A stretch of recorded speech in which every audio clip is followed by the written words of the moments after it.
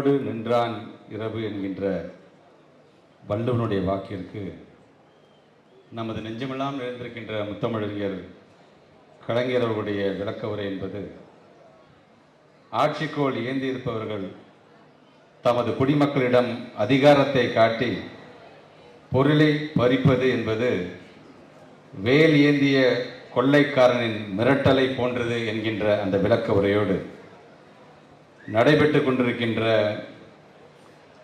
தேசிய கல்விக் கொள்கை 2020 எனும் மத யானை மக்கள் பதிப்பு மின்னூல் பதிப்பு அறிமுக விழாவினை திராவிட மாணவர் கழகமும் திராவிட முன்னேற்ற கழக மாணவர் அணியும் இணைந்து நடத்துகின்ற இந்த நிகழ்வை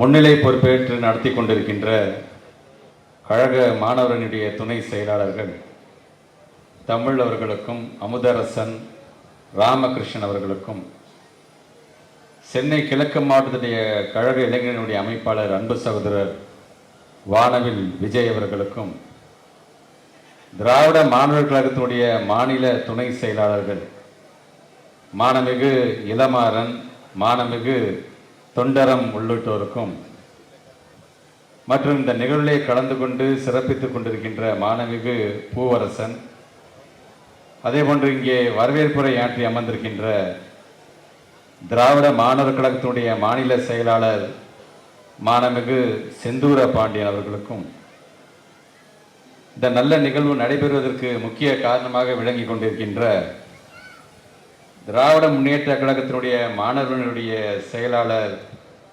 அன்பிற்கினிய சகோதரர் ராஜீவ்காந்தி அவர்களுக்கும், குறிப்பாக இன்றைக்கு இந்த நூல் குறித்து பல்வேறு விதத்திலும் நமக்கு இன்றைக்கு பாடம் எடுக்க வருகை தந்திருக்கின்ற தமிழர் தலைவர் மானமிகு ஆசிரியர் ஐயா அவர்களுக்கும், வருகை தந்திருக்கின்ற சட்டமன்ற உறுப்பினர் அண்ணன் கேபிபி சங்கர் அவர்களுக்கும், எங்களது மாவட்ட கழகத்தினுடைய ஆற்றல் மிகு செயலாளர் மாமன்ற உறுப்பினர் ஒர்க்ஸ் கமிட்டியினுடைய சேர்மன் அன்பு சகோதரர் சிற்றரசு அவர்களுக்கும், முன்னாள் சட்டமன்ற உறுப்பினர் சகோதரர் சேகர் அவர்களுக்கும், என்னுடைய அன்பிற்கினிய அண்ணன் அன்பு அண்ணன் அவர்களுக்கும், மற்றும் இங்கே குழுமியிருக்கின்ற அனைத்து மாணவ செல்வங்களுக்கும், பத்திரிகைத்துறை ஊடகத்துறை சார்ந்திருக்கின்ற நண்பர்களுக்கும் முதலில் என்னுடைய வணக்கங்கள். நடைபெறுகின்ற இந்த நிகழ்வு என்பது தாய் கழகமாம் திராவிடர் கழகம் இருக்கின்ற இந்த இடம், நமக்கான ஹெட் குவார்ட்டர்ஸே இதுதான். அதிலும் நடைபெறுகின்ற இந்த மன்றம் நடிகவேல் ஐயா எம்ஆர் ராதாருடைய பெயரை தாங்கி கொண்டிருக்கின்ற மன்றம். எனக்கான மிகப்பெரிய ஒரு பெருமையாக நம்முடைய ஆசிரியரை அடிக்கடி சொல்வது போல, தந்தை பெரியாருடைய செல்ல பிள்ளை அன்பில் என்று அவர் சொல்லுவார்.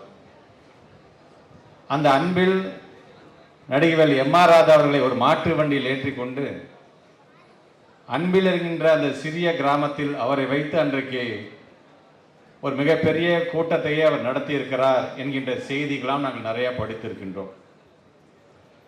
இப்படி அங்கொன்றும் இங்கொன்றுமாக நடந்த நிகழ்வுகள் எல்லாம் ஒன்றிணைத்து இன்றைக்கு ஒரே இடத்தில் வர வேண்டிய இடத்துல நாங்கள் வந்து நிற்கிறோம் அப்படிங்கிற ஒரு உணர்வோடு தான் உங்கள் முன்பு நான் நின்று கொண்டிருக்கின்றேன்.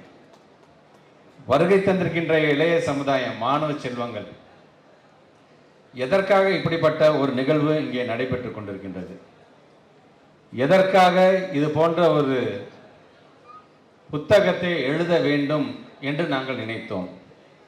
ரொம்ப சிம்பிளாக சொல்லணும் அப்படின்னா, தலை, தோல், தொடை, கால் அப்படின்னு உடம்புல இதெல்லாம் பாகங்களாக பார்க்க வேண்டுமே தவிர மனிதர்களை பாகுபடுத்தி பார்க்கக்கூடாது என்கின்ற ஒரு எண்ணத்தின் மூலமாக உருவாக்கப்பட்ட ஒரு புத்தகம்தான் இந்த புத்தகம்.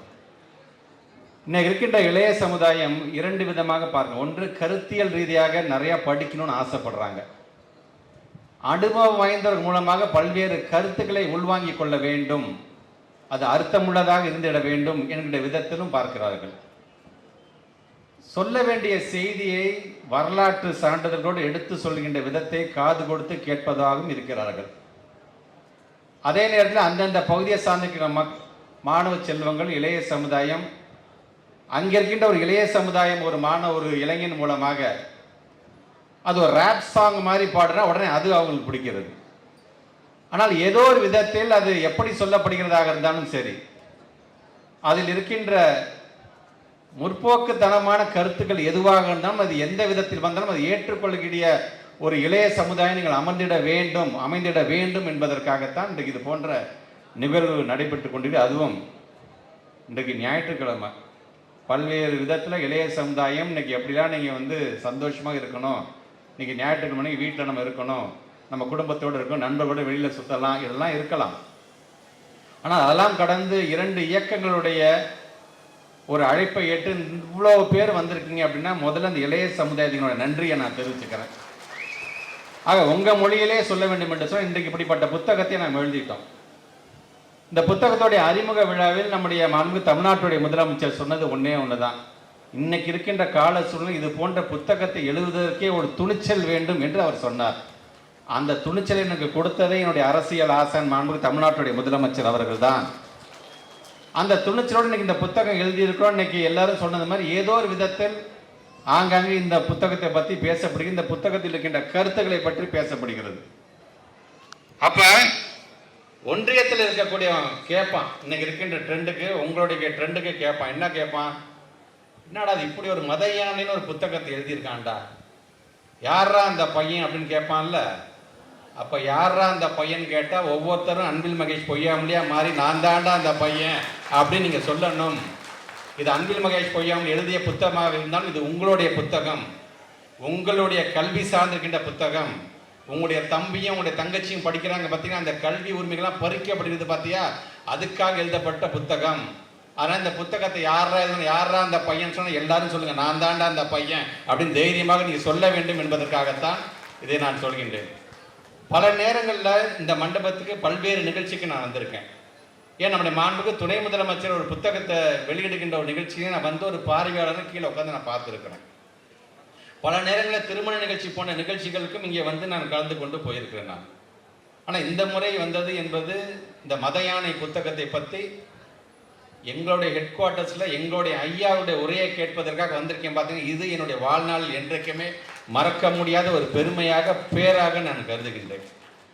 ஆக அந்த விதத்தில் இன்றைக்கு வந்திருக்கின்ற இந்த நேரம் என்பது சுயமரியாதை இயக்கம் ஏறத்தாழ 100 ஆண்டை கடந்திருக்கின்ற இந்த வேளையில் இப்படிப்பட்ட புத்தகத்தை எழுதுகின்ற அளவிற்கு நமக்கு தேவை இன்னும் இருக்கிறது என்று சொன்னால், ஐயா 90 அல்லையா 100 வயசை கடந்து நீங்கள் இருக்கணும்யா, நீங்கள் இருந்து இந்த கருத்துக்களை பரப்ப வேண்டும் ஐயா என்பதற்காகத்தான். ஆக இது உங்களை நாங்கள் ஊக்கப்படுத்துகிறோம் என்று சொன்னால் நீங்கள் ஒரு இடத்துல நீங்கள் சும்மா இருக்க மாட்டீங்க, எங்களுக்கே தெரியும். நாங்களும் பார்த்துக்கிட்டு தான் இருக்கோம். விடுதலையை பார்க்கறதாக இருந்தாலும் சரி, சமூக வலைதளம் பார்க்கறதா, ஒவ்வொரு ஊரில் ஒவ்வொரு நாள் ஏதோ ஒரு கருத்தை நீங்கள் பேசிட்டு இருக்கிறீங்க. இந்த எனர்ஜி உங்களுக்கு எங்கேருந்து வருது எங்கள் சத்தியமா தெரியல. ஆனால் உங்களை பார்க்கும்போது எங்களை போன்ற இளைஞர்களுக்கு இன்னும் உழைக்க வேண்டும், இந்த சமுதாயத்திற்காக பாடுபட வேண்டும் என்கிற எண்ணம் எங்களுக்கு வருகிறது. ஆக அப்படி இன்றைக்கு அந்த சுயமரியாதை இயக்கம் 100 ஆண்டை கடந்த பிறகு இந்த புத்தகத்துடைய இந்த நிகழ்வு நடைபெறுகிறது என்று சொல்லும் பொழுது, குறிப்பாக இந்த சுயமரியாதை இயக்கம் நமக்கு தந்த தலைவர்கள் தான் பேரறிஞர் அண்ணாவும் முத்தமிழர் கலைஞர் அவர்களும். ஏன் இன்னும் பெருமையா தென்னிந்திய நல உரிமை சங்கமாக இருந்தாலும், சுயமரியாதை இயக்கமாக இருந்தாலும், நீதி கட்சியாக இருந்தாலும், திராவிடர் கழகமாக இருந்தாலும், திராவிட முன்னேற்ற கழகமாக இருந்தாலும், இதில் எல்லா இயக்கத்திலும் பணியாற்றியவர் தான் ஐயா புரவலர் அன்பில் அவர்கள். அவருடைய பேர பிள்ளையாக இது என்னுடைய கடமையாகத்தான் இன்றைக்கு இது போன்ற புத்தகத்தை நாங்கள் எழுதியிருக்கின்றோம். இன்றைக்கு இந்த மேடையை நாங்கள் பயன்படுத்தி கொண்டிருக்கின்றோம் என்பதை நான் தெளிவாக சொல்கிறேன். வருகை தந்திருக்க இளைய சமுதாயம் ஒன்று தெரிஞ்சுக்கோ, இன்னைக்கு ஒன்றிய அரசு எப்படியெல்லாம் நம்ம வஞ்சிக்கிறது என்பதை நீங்கள் தெரிந்து கொள்ள வேண்டும். ரொம்ப பழமையான மொழிக்காரங்க நம்ம எல்லாருமே. தமிழங்கிறது இந்த இனம் இருக்கு பார்த்தீங்களா, தனித்துவமான இனம், ரொம்பவும் பழமை வாய்ந்த மொழிக்கு சொந்தக்காரர் மட்டுமல்ல, சமீபத்தில் அறிவியல் கண்டுபிடிப்பே சொல்லிடுச்சு, 5000 ஆண்டுகளுக்கு முன்பே இரும்பை பயன்படுத்தியவன் தமிழன் என்கின்ற பெருமையை நாம் பெற்றிருக்கிறோம் என்பதை நீங்கள் மறந்துருக்க கூடாது. ஆக நம்மை பொறுத்த வரைக்கும் நான் அடிக்கடி சொல்ற மாதிரி தான், Tamil is for identity, English is for opportunity. ஆக இதை நாம் தெளிவாக நம்ம புரிஞ்சு வச்சிருக்கிறோம். ஆனால் நம்முடைய ஐடென்டிட்டியை மறைக்கின்ற விதமாக ஒன்றிய அரசு என்னெல்லாம் செய்கிறது, தயவுசெய்து நீங்கள் எண்ணி பார்க்க வேண்டும். அது எங்கேருந்து ஆரம்பிக்கும்னா, இந்த மாதிரி என்இபி அப்படிங்கிற இடத்துல இருந்தால் அது ஆரம்பிக்கும்.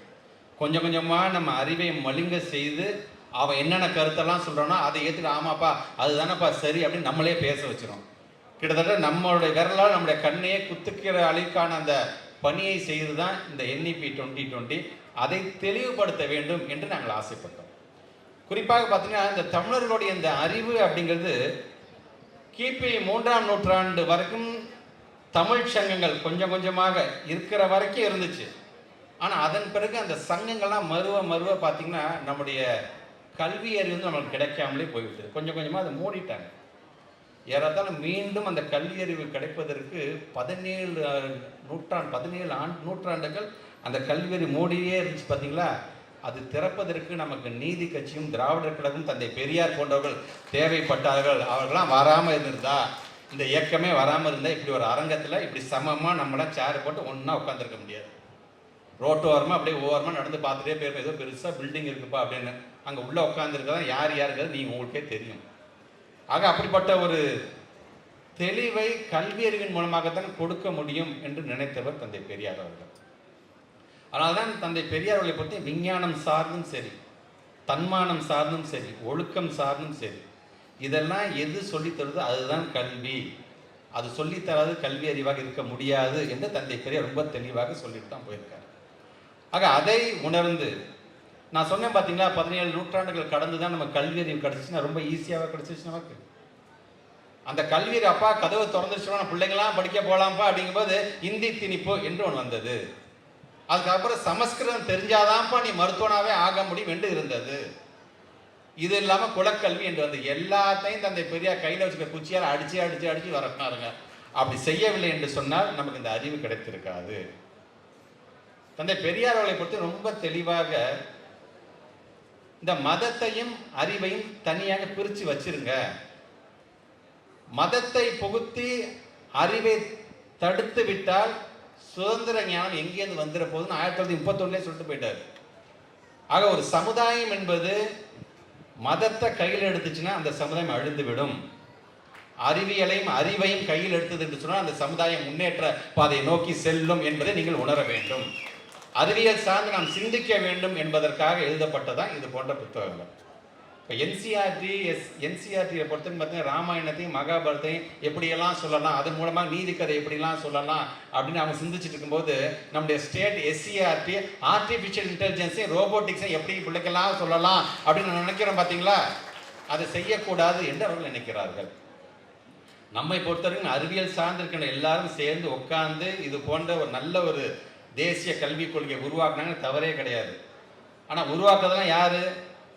RSS காரங்களும் அதை சார்ந்திருக்கின்ற அமைப்பும் ஏறத்தாழ ஒரு 11 அமைப்புகள் ஏற்கனவே சொல்லியிருக்கேன். ஐயாவும் அது பற்றி பேசுவார்கள். ஆக இந்த அமைப்புகள்லாம் சேர்ந்து ஒரு பிற்போக்குத்தனமான ஒரு ப்ராடக்டை கொடுக்குறாங்கன்னா நம்மளால் எப்படி அதை வாங்க முடியும்? ஆக அதை சொல்லக்கூடியதாக ஒரு புத்தகத்தை எழுத வேண்டும் என்கின்ற ஒரு ஆசையின் காரணமாகத்தான் இதை நாங்கள் எழுதியிருக்கின்றோம். வாய்ப்பு என்பது மனிதனுக்கு எப்பயாச்சும் ஒரு தான் கிடைக்கும். 8 கோடி தமிழ் இனத்தில் ஒரே ஒருத்தன் தான் பள்ளிக்கல்வித்துறை அமைச்சராக எனக்கு நான் இருக்கேன். இந்த பொறுப்பு வந்தது பிறகு பொறுப்பை சொகுசாக கழிச்சிட்டு போகலாம். எனக்கு ஒன்றும் கவலையில் நான் வெறும் ஏசி ரூமில் உட்காந்துக்கிட்டு நான் பாட்டு ஃபைலில் நான் கையெழுத்து போட்டேன்னா என் அமைச்சர் தான் சொல்ல போகிறாங்க. எனக்கான மரியாதை மாலைகள் எனக்கு வரதான் போகுது, எனக்கான புரோட்டோக்கால் இருக்க தான் போகுது. எப்பெல்லாம் சட்டமன்றம் கூடுது அப்போ சட்டமன்றத்தில் நான் போயிட்டு நான் வந்துட்டு நான் பாட்டை என் மற்ற வேலையை பார்த்துட்டு போகலாம். ஆக அதற்காக ஒரு திராவிட இயக்கம், ஒரு திராவிட மாடல் அரசுன்னு சொல்கிறோம் பார்த்தீங்களா? அதில் இருக்கின்ற ஒவ்வொரு அமைச்சர்களும் தங்களுடைய துறை சார்ந்து அதனுடைய கருத்துக்கள் சார்ந்து பொருள் சார்ந்து கொள்கைகளிலிருந்து எங்கேயும் விலகிவிடாமல் பணியாற்றிக்கிட்டு இருக்கோம். பார்த்தீங்களா? அதுதான் எங்களை இது போன்ற புத்தகங்களை எழுத வைக்கின்றது, இது போன்ற சிந்தனைகள் எங்களுக்கு தூண்டுகிறது. அதை சொல்வதற்கு காரணம் ஒவ்வொரு முறையும் நம்முடைய மாண்பு தமிழ்நாட்டுடைய முதலமைச்சர் திராவிட மாடல் சொல்கிறோமே, அந்த முதலமைச்சர் சொல்லுகின்ற கருத்துக்கள் அரசியல் ரீதியாக அவர் பேசுகின்ற அந்த கருத்துக்கெல்லாம் நீங்கள் பார்க்கும் பொழுது நம்மை ஒன்றிய அரசு எப்படிலாம் வஞ்சிக்கு நாம் எப்படிலாம் நம்ம முடிச்சுக்கணும், எப்படி விழிப்புணர்வு நாம் இருக்க வேண்டும் என்பதை அவர் சொல்றார். ஒவ்வொரு காலகட்டத்திலும் கல்வியினுடைய அறிவு என்பது எப்படி அப்கிரேட் ஆகுது, அன்னைக்கு ட்ரெண்டுக்கு தவிர நம்மளை மாற்றிக்கிட்டே இருக்கணும், நம்ம புதுப்பிச்சுக்கிட்டே நம்ம இருக்கணும். நாம அப்படி புதுப்பிக்காமல் ஒரு ஸ்டாக்னேட் ஆகி நின்றுட்டோம் அப்படின்னு சொன்னால் உலகம் எங்கேயோ போயிட்டு நம்ம இன்னும் கீழே போயிட்டே இருப்போம். நம்ம ஆக நம்ம உலக அறிவோடு சேர்ந்து நம்ம கம்பீட் பண்ணோம். அடுத்த ஸ்டேட்டோட சொல்லலை, நான் அடுத்த கண்ட்ரியோடு சேர்ந்து நம்ம போட்டி போட்டால் தான் நம்ம பிள்ளைங்க அடுத்த கட்டத்துக்கு உடனே கொண்டு வருவதற்கு அது பயனுள்ளதாக இருக்கும். அப்படிங்கிறத பல டெக்னாலஜியை நம்ம இன்னைக்கு கொண்டு வந்துட்டு இருக்கோம் நாங்கள். ஆக இப்படி தந்தை பெரியார், பேரறிஞர் அண்ணா, முத்தமிழர் கலைஞர் இவங்கெல்லாம் போட்டு இந்த பாதையில் நம்ம போகிறனால தான் தமிழ்நாட்டுடைய முதலமைச்சர் சொல்றாரு, நீ எனக்கு கொடுக்க 2152 கோடி ரூபாய் நீ சொல்ற கொள்கையை ஏத்துக்கிட்டா தருவேன் என்று சொன்னால், நீ 10,000 கோடி கொடுத்தாலும் எனக்கு அப்படிப்பட்ட நிதி தேவையில்லை, அதை நாங்களே பார்த்து கொள்கிறோம் என்று நாம் சொல்லுவதற்கு காரணம் அதுதான். நம்ம இவ்வளவு உறக்க ஒரு புத்தகத்தை எழுதுறோம், பல நேரங்களில் பல கருத்துக்களை நாம் எடுத்து சொல்லுகிறோம் என்று சொல்லும் பொழுது, அது இன்னமும் அவங்க திருத்தத்தை செய்யாம தங்களுடைய திணிப்பையே தான் செய்துகிட்டு இருக்கிறார்கள். அப்படிங்கும் போது அதை எதிர்த்து நாம் பேச வேண்டிய ஒரு மிகப்பெரிய கடமை யாருக்குன்னு தெரியுமா? மேடையில் இருக்கின்ற எங்களுக்கு அல்ல, எதிரே அமைந்திருக்கிற இளைய சமுதாயம் இருக்கின்ற உங்களிடம்தான் அது இருக்கின்றது. ஆக அதை உள்வாங்கக்கூடிய ஒரு கூட்டமாக இந்த கூட்டம் அமைந்திட வேண்டும் என்று நாங்கள் ஆசைப்பட்டோம். அந்த ஆசையின் விளைவாகத்தான் நம்முடைய அன்பு சகோதரர் ராஜீவ் காந்தி அவர்கள் இன்றைக்கு நம்முடைய திராவிட கழகத்தை சார்ந்திருக்கின்ற நம்முடைய மாணவரணி தம்பிகளோடு சேர்ந்து இன்றைக்கு இது போன்ற ஒரு நல்ல ஒரு நிகழ்வை ஏற்பாடு செய்திருக்கின்றார். அதே போல இந்த புத்தகத்தில் கூட பார்த்தீங்கன்னா ஒரு சில திருத்தங்கள்லாம் நம்முடைய ஆசிரியர் உடனே சொன்னார். அதனால தான் அவர் இன்னும் நாம் ஆசிரியர்னு சொல்கிறோம் பார்த்தீங்களா. அந்த சொன்ன திருத்தத்தோட இன்னைக்கு புதுசாக ஒரு புத்தகத்தையும் கொண்டு வந்து கொடுத்து, ஐயா நீங்கள் சொன்ன திருத்தத்தை நான் செஞ்சுருக்கேன் ஐயா அப்படின்னு ஒரு மாணவனாக இன்றைக்கு அவரிடம் அதை நான் எடுத்து நான் சொல்லியிருக்கிறேன். ஆசிரியர் அவர்கள் நீங்கள் பார்க்கும்போது சொன்னார், என்னுடைய புத்தகம் உங்கள் புத்தகத்தை கொடுத்து அடுத்த நிமிஷமே நான் படித்து முடிச்சுட்டேன், அதில் எங்கே பார்த்தாலும் பார்த்தீங்கன்னா சிவப்பு கோடுகளும் பச்சை கோடுகள் தான் இருக்கும் என்று அவர் சொன்னார். ஆசிரியையா கிழிச்சது வெறும் சிகப்பு கோடுகள் மட்டுமல்ல, மொழிக்காக தன்னுடைய இன்னொரு நீத்தார்களே அவர்கள் மூலமாக அந்த சிவப்பு கோடுகளை நான் பார்க்கின்றேன். அவர் கிழிச்ச அந்த பச்சை கோடுகள் நம்முடைய பச்சை நிறம் நமக்கான உணர்வுகளை நம்முடைய தன்மானத்தை தூண்டுகின்ற விதமாக படித்து கோடு போட்டிருக்கார் என்று சொல்லும் பொழுது, இங்கே வருகை தங்கள் தம்பிகள் ஒரு முறையாவது அதை படித்து விடுங்கள். இது அரசியல் சார்ந்து நாங்கள் பேசவில்லை. அரசியல் சார்ந்து இதை கண்மூடித்தனமாக ஒன்றிய அரசு கொண்டு வருகின்ற திட்டங்களை நாங்கள் எதிர்த்து நாங்கள் பேசவில்லை. ஏறத்தாழ பள்ளி கல்வித்துறை சார்ந்து மட்டும் எழுதப்பட்ட புத்தகம் இது. கல்லூரி பக்கமே நான் இன்னும் போகல. அதில் நான் ஒரு பள்ளி கல்வித்துறை அமைச்சராக என்னுடைய எல்லையை நான் தாண்டிவிடக் கூடாது என்பதற்காக பள்ளி சார்ந்து மட்டுமே அந்த விழிப்புணர்வை எடுத்து நான் சொல்லியிருக்கிறேன். நான் ஏறத்தாழ 39 வகையான சரத்துக்கள் நமக்கு தேவையில்லாததெல்லாம் அவங்க எடுத்து சொல்லியிருக்கிறாங்க. அதனுடைய மாணவ செல்வங்கள் பாதிக்கப்படுகிறார்கள், பெற்றோர்கள் பாதிக்கப்படுகிறார்கள், என்னுடைய பெருமதிக்குரிய ஆசிரியர் பெருமக்கள் பாதிக்கப்படுகிறார்கள் என்பதெல்லாம் தெல்ல தெளிவாக எடுத்து சொல்ல வேண்டும். நாங்கள் சொல்றதுல தவறு என்று சொல்லி நீங்கள் திருப்பி கேட்கலாம். தந்தை பெரியார் சொன்னது மாதிரி தான் நாங்கள் சொன்னது அப்படியே நீங்கள் நம்ப வேண்டும் என்ற அவசியம். உங்களுக்கென்று ஒரு பொது அறிவு இருக்குது பார்த்தியா, ஆமாண்டா அந்த அன்பில் மகேஷ் பொய்யாமொழி சொன்னது சரிதான்டா அப்படின்னு உங்களுக்கு பட்டா மட்டும் நீங்கள் அதை எடுத்துக்கோங்க. நீங்கள் ஆக அந்த விதத்தில் தான் அந்த புத்தகம் ஒரு 134 பக்கம் இருக்குன்னு சொன்னால் அந்த 134 பக்கத்தை ஒரு 2 மணி நேரத்தில் நீங்கள் படிச்சிடலாம். எங்கேயெல்லாம் நாம் ஏமாற்றப்பட்டிருக்கின்றோம், எப்படியெல்லாம் நம்மளை வஞ்சிக்க அவர்கள் பார்த்திருக்கிறார்கள் என்பதெல்லாம் நீங்கள் கண்கூடாக பார்க்க முடியும். இன்னைக்கு அரணாக நம்முடைய மாண்பு தமிழ்நாட்டு முதலமைச்சர் நம்முடைய தமிழகத்தையும் நம்முடைய பள்ளிக்கல்வித்துறை இன்னைக்கு பாதுகாத்து கொண்டிருக்கின்றார். அதில் எந்த விதத்திலும் பிற்போக்குத்தனத்துக்கு இடமில்லாமல் பார்த்துக்கிட வேண்டும் என்று சொன்னால் எங்களுக்கான ஒரு கலங்கரை விளக்கம், எங்களுக்கான சேட்டலைட் திடலில் தான் இருக்குது. இந்த திடல்லே எங்கெங்கெல்லாம் எங்களை பார்க்குதோ அது சார்ந்து நாங்களும் எங்களை மாற்றிக்கொண்டே இருக்கின்றோம், அது சார்ந்து எங்களை நாங்கள் திருத்தி கொண்டே இருக்கிறோம் என்பதை சொல்வதற்காகத்தான் இன்றைக்கு இது போன்ற நிகழ்வில் நாம் பங்கு பெற்றிருக்கின்றோம். ஆக அந்த விதத்தில் வருகை தந்திருக்கின்ற அனைத்து மாணவ செல்வங்களுக்கும் இளைய சமுதாயத்திற்கும் பல்வேறு இயக்கத்தை சார்ந்திருக்கின்ற நம்முடைய நிர்வாகி பெருமக்களுக்கும், ஏன் குறிப்பாக ஒரு நல்ல ஒரு மாலை பொழுதை ஒரு பயனுள்ள மாலை பொழுதாக மாற்ற வருகை தந்திருக்கின்ற நம்முடைய தமிழர் தலைவர் மாண்புமிகு ஆசிரியர் அவர்களுக்கும் மீண்டும் ஒரு முறை என்னுடைய நன்றியை தெரிவித்து இந்த அளவில் உரையை நிறைவு செய்கிறேன். நன்றி, வணக்கம்.